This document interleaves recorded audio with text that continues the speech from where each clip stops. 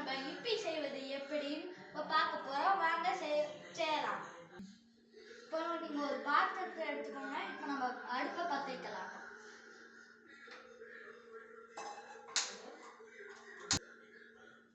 இந்த பாத்திரம் சூடானோடனே நீங்கள் எண்ணெய் ஊற்றிக்கலாம்.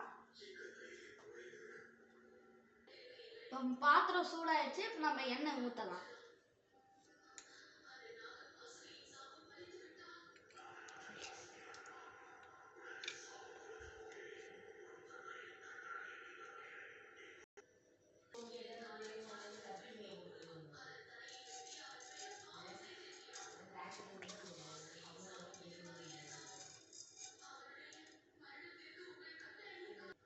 கடுகு இப்போ நம்ம போட்டாச்சு. கடுகு பொரிஞ்சதுக்கு அடுத்து நம்ம கேரட்டை போடலாம்.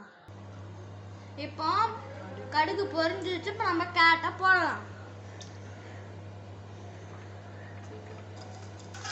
அப்படியே கொஞ்சம் நல்லா வதக்கிக்கோங்க. கேரட் நல்லா வெந்துருச்சு. இப்போ நான் தண்ணி ஊற்ற போகிறேன். நான் 2 சொம்பு ஊற்ற போகிறேன். ஏன்னா நான் 4 பேர்த்துக்கு தான் சமைக்க போகிறேன். அதனால் 2 இது ஊற்ற போகிறேன். இப்போ நம்ம 1 சொம்பு தண்ணி இப்போ ஊற்றிடலாம். அப்போ நம்ம 2 சொம்பு சொல்லியிருந்தோம். ஆனால் 2வது சொம்பு இப்போ ஊற்ற போகிறோம்.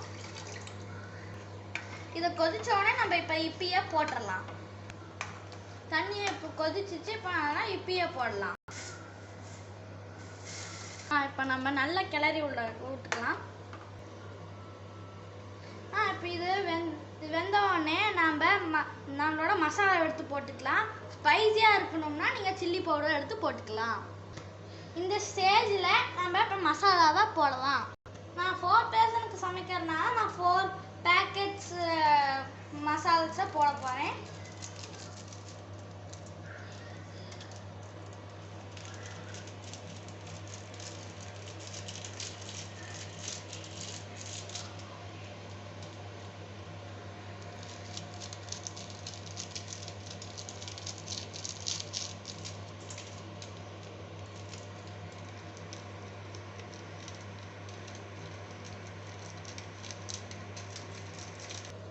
இப்போ நான் சில்லி பவுடர் ஆட் பண்ண போகிறேன். உங்களுக்கு வேணும்னா நீங்களும் சில்லி பவுடர் ஆட் பண்ணிக்கலாம். இப்போ நம்ம நல்லா மிக்ஸ் பண்ணிக்கலாம். இப்போ நம்ம கிப்பி செஞ்சு முடிச்சாச்சு. சூடாக உங்கள் ஃபேமிலியோட சர்வ் பண்ணி சாப்பிட்டு என்ஜாய் பண்ணுங்கள். இன்னைக்கு நியூ இயரையும் சேர்த்து செலிப்ரேட் பண்ணுங்கள். Happy new year. Bye friends. அடுத்த வீடியோவில்